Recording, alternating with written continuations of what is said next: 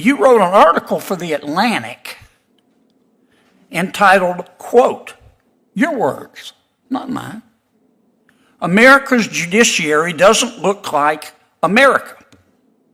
And you criticized this committee and President Trump for his judicial nominees. You said, quote, these are your words, not mine. The judiciary crafted over the past 4 years does not look like America. Not one of these judges is black, and more than 90% were raised or currently identify as Christians. I don't know how you knew that. And then you say, quote, your words, not mine.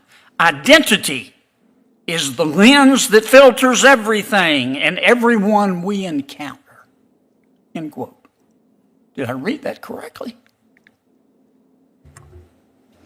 Again, I don't know because Hey everyone, I don't have the welcome back.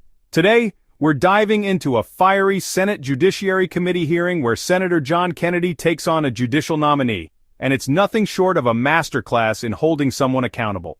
If you want to see what tough, fact-based questioning looks like and why judicial confirmations really matter, stick around. And hey, if you're new here, don't forget to hit that subscribe button so you never miss content like this. So Senator John... You're not being honest with us, are you? That is incorrect. Well, we all may be poor, but we're not stupid. We have a long list of your articles and your opinions and your political statements. On October 13th, 2020, while you were serving as a state judge, you wrote an article for The Atlantic entitled, quote, your words, not mine, America's judiciary doesn't look like America. And you criticized this committee and President Trump for his judicial nominees. You said, quote, these are your words, not mine. The judiciary crafted over the past 4 years does not look like America. Not one of these judges is black, and more than 90% were raised or currently identify as Christians.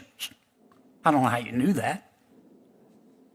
And then you say, quote, your words, not mine.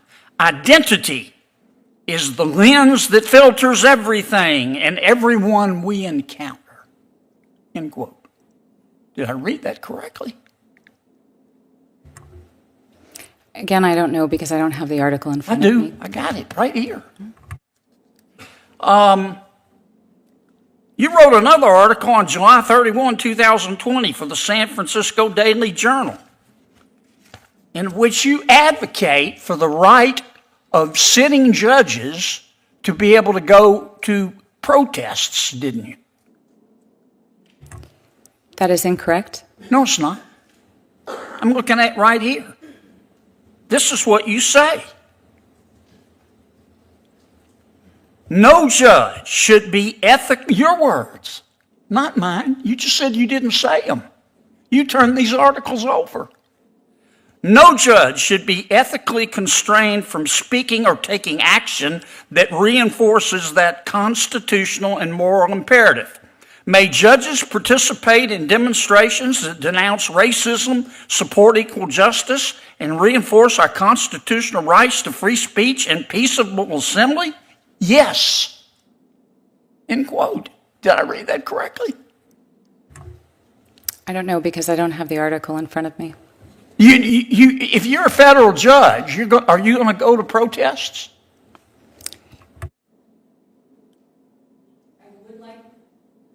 I would like to answer the substance of the underlying question that was asked. I'd like you to answer my question. I've only got another minute or so.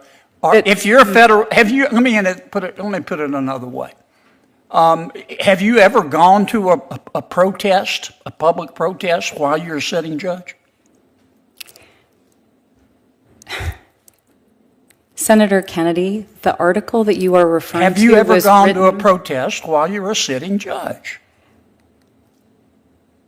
I do not believe that I have ever attended a protest as a sitting judge, or perhaps ever in my life. And you talk about Girls Inc. You say you've never heard of them. You were on the, or you don't know that much about them. You were on the board from 2014 to 2024. You're still on their board, aren't you? I'm not. My term expired this last month. And you've given them over $50,000, haven't you? I do not believe that is correct. That's what your report says. And this is the same Girls Inc.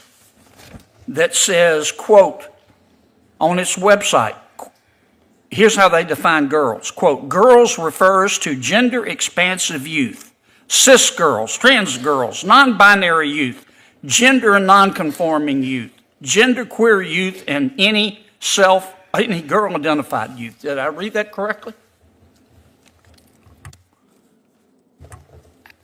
I don't know. I've never heard of that policy or that definition You from never heard Girls of it.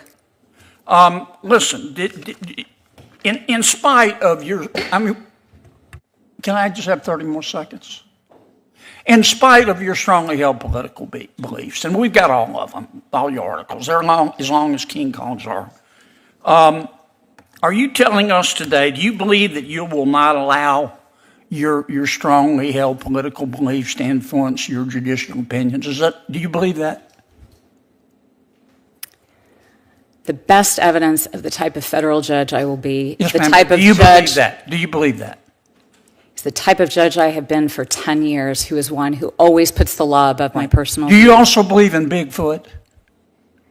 Do you believe in This raises a big question. Can a sitting judge really stay impartial if they're politically active like that? Kennedy presses hard, and the nominee wavers. This is where things get really interesting, so if you want to see more deep dives into judicial accountability, smash that subscribe button now. Kennedy doesn't stop there. He points to the nominee's involvement with Girls Inc., an organization with a broad, inclusive definition of girls that includes gender-expansive and non-binary youth. The nominee claimed she wasn't familiar with the group, but Kennedy shows she served on their board and even gave them over $50,000. When confronted, she denies knowing the details. It's a serious contradiction that calls into question her transparency. This moment shows why it's so important for nominees to be fully honest during confirmation hearings. Throughout the hearing, the nominee keeps deflecting and claiming she doesn't remember her own statements. Kennedy doesn't let up. He demands clear answers about whether she can separate personal political beliefs from her role as a judge. And then, in a cutting finish, he sarcastically asks if she believes in Bigfoot or the Tooth Fairy, suggesting that expecting her to be unbiased is just as fantastical. This sharp closing drives home the point. Credibility and impartiality are everything on the federal bench. So what can we take away from this? Senator Kennedy didn't just challenge a nominee, he held up a mirror to show the importance of honesty and transparency in our judiciary. It's not about politics, it's about trust and integrity. If you believe the court should serve the law, not ideology, then this is the kind of accountability we need to see. If you found this breakdown insightful, make sure to hit that subscribe button, drop a like, and share this video to keep the conversation going. Thanks for watching, and I'll see you in the next one.